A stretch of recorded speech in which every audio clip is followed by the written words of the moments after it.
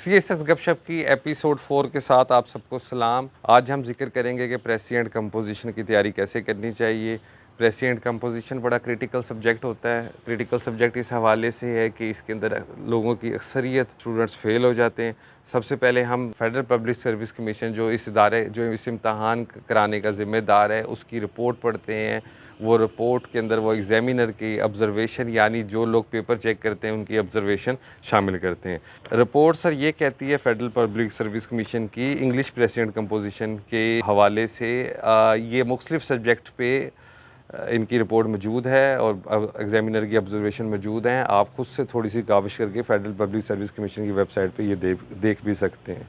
President composition के मुतालिक examiner ये कह रहा है, पहले इसका थोड़ा डाटा देख लें। 2020 में 18,553 लोग अपीयर हुए, जिसमें से 18,177 लोग फेल हो गए और 376 लोगों ने इस इम्तहान को पास किया। इस इम्तहान में सिर्फ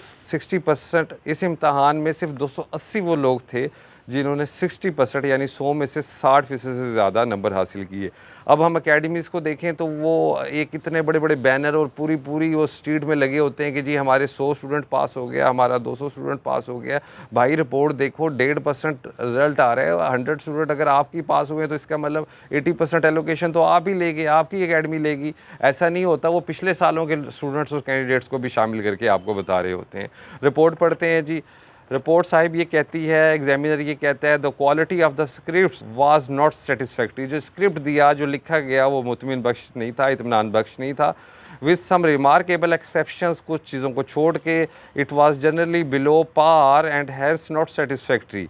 candidates seem to be either ignorant are less conscious of the accuracy of syntax, spellings, punctuation and constructive drafting of a presi. Precis is an art, एक स्किल है, आर्ट से बढ़ के थोड़ा सा है। और उसमें वो कहना चाह रहा है कि कैंडिडेट्स को पता ही नहीं कि फ़िक्रा कैसे बनाते हैं, फ़िक्रे की तरतीब क्या होती है। स्पेलिंग मिस्टेक करता है, पंक्चुएशन की गलतियां करता है, कंस्ट्रक्शन नहीं कर पाता। प्रेसी का ख़ास स्टाइल है। मेरी वीडियोस अपलोड हो चुकी हैं, आप चाहें वो भी देख सकें। बाकी लोगों ने भी बड़ा अच्छा काम किया हुआ है, लेकिन उसमें प्रैक्टिस सबसे ज़रूरी है। आगे साहिब फरमाते हैं, there was a lack of originality, clarity of thought, coherence in the content. Clarity of thought का मतलब ये है कि जिस वक्त आप जुमला ही राउंड अबाउट एक्सप्रेशन में लिखेंगे, घुमा फिरा के लिखेंगे, उसमें क्लैरिटी कहाँ आनी है। कोहेरेंस इन द कंटेंट, पहली बात कहाँ करनी है, दूसरी बात कहाँ करनी है, और एक दूसरे के साथ किस तरह मरबूत है, किस तरह जुड़ी हुई है। कोहेरेंस नहीं है जी, एग्जामिनर साहब कह रहे हैं। And a reasonable analysis of facts and figure pertaining to a given topic. अगर कोई टॉपिक है तो उसका एनालिसिस नहीं दिया हुआ, कोई लॉजिक नहीं दी हुई। आगे देखें, आगे बड़ा इंपॉर्टेंट वो बात करता है, the importance of English language both as a viable transnational mode of communication and an organic part of the scheme of spoken and written communication in the civil services can hardly be overemphasized. बड़े अच्छे लफ्ज़ों में उसने जिक्र किया, अंग्रेज़ी ज़बान civil services की मजबूरी है, ट्रांसनेशनल है, बैनुल-अक़वामी तौर पे इस्तेमाल होती है और उसको हम ओवर एम्फेसाइज, वो बड़ी ज़रूरत है आज की।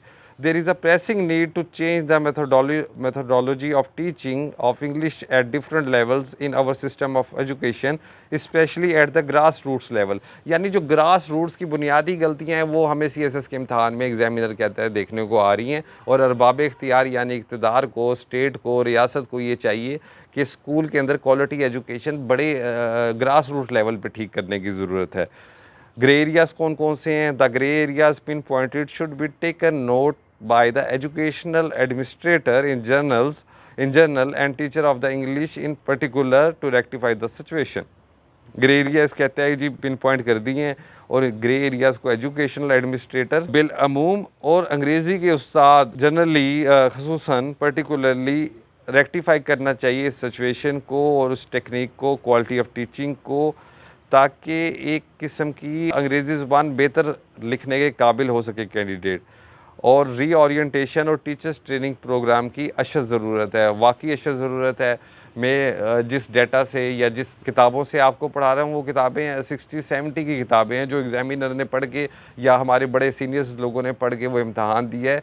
आज की अगर कोई किताबें देखें तो वो इवन इंग्लिश रिलेटेड ग्रामर्स भी वैसी ग्रामर नहीं है जो स्टूडेंट को बिल्कुल ग्रास रूट लेवल पे लेके जाएं।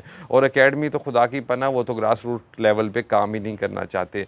प्रेसी के अंदर सीधा सादा सा फार्मूला ये है कि आपको 100 प्रेसेस करनी है, आपको 1000 कॉमन एरर करने हैं, आपको 50 ट्रांसलेशन करनी है।